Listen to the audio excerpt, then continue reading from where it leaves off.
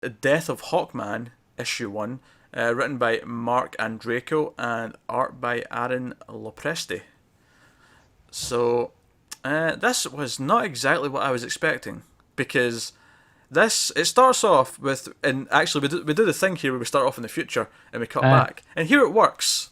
does work very well, I think. Because here it clearly feels like we're going to get, like, even from the start, you can tell that either this is the intro to whatever the actual story is going to be, but either way you don't feel confused. You get everything you need to get. You get that Hawkman's wounded, Adam Strange is, like, with him.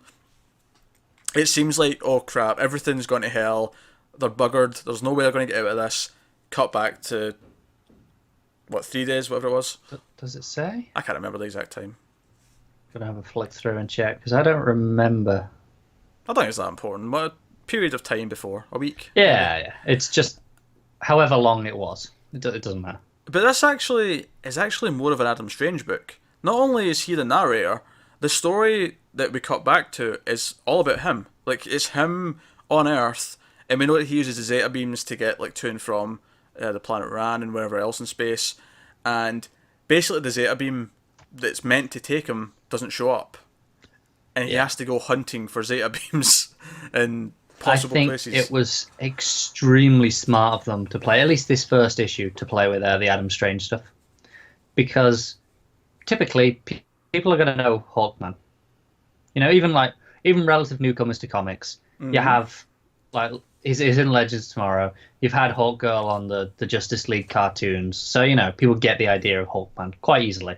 Whereas Adam Strange is a bit more obscure. So I feel like if you've got this joint, because it was originally solicited under a different name, wasn't it? Yeah, it was Hawkman Adam Strange Out of Time, which is what the arc is still called in the inside of the book.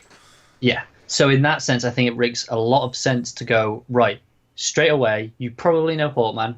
Let's show you Adam Strange so you can have a connection to him so you get the rest of the book. See, I get what you're saying there, but at the same time, I almost would argue the opposite. Go on.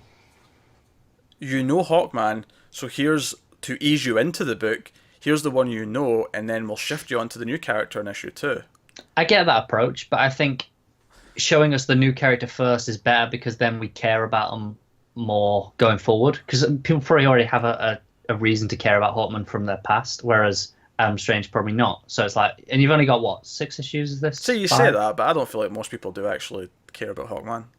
All right, maybe not care so much, but they have enough knowledge to know who he is. Like, And I'm not know like, I think the issue works really well. I like the issue a lot. I just don't necessarily yeah. agree with your point that, oh, it was genius to start with Adam Strange. I don't think it's just starting with Adam Strange. I think Adam Strange is the main character for the whole thing.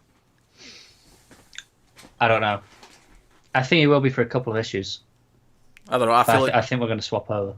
I feel like the setup here that they've set up him as the main character, and I feel like it's called Death of Hawkman because Hawkman's obviously going to be the subject of whatever's going on. He's going to be the pivotal plot element, if you will.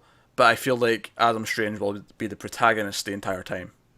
I don't know. I can still see it shifting for a couple of issues. Like I can see 1 and 2 being Strange, 3 and 4 being Hawkman, and then 5 and 6 being like a team. Well, what did you think of the rest of the plot then, this issue? No, I really liked it. It was a lot of fun. I think watching him running around and investigate and, because obviously he has the locations of where all these Zeta beams are and him going around. He uses his Justice League card and people like, wait, but I don't recognise you. You're not one of the main Justice League. And they're like, hang on. Oh, that Justice League. The other one with the other people no one really knows. And nice callback to obviously that book because even I'd forgotten that existed, to be honest. Oh no, I remembered it. It's one of the things as they mentioned it, I was like, oh yeah, he was on that. But I'd stopped reading it after a few issues because I didn't think it was particularly great, so I'd kind of forgotten about it. I read it for a while. Yeah, but like I said, I think it was really fun him going around and doing that. And we had like the split in between his life out there and then his life on Earth. And the duality of that was really good. So obviously, it swaps to him like playing games to like in a ship. Yeah, it's very fun spirited because you get like him being like this superhero out in space, and then it cuts to just him doing menial tasks on Earth. Obviously, he finally gets the Zeta beam at the end of the issue, and he ends up. He goes back. He goes back to Ran, but like it's like war torn and it's chaos and obviously he's looking for his wife. His wife's on Ran. If you're not familiar with Adam Strange, Alana Strange is typically there. Yeah.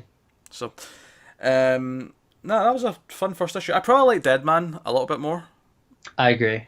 but this was fun. This was more fun than I was expecting. Yeah. I have a question. Did the Rand Thangar war happen in this timeline? Or is this it? Nah, I would guess this is it. Okay. And that's fine. I just guess. Just wondering if this is something that's happened before and then now it's happening again to them, or if this is just no, this is it. It's probably this is it. Okay. Not that it really matters that much, just for context.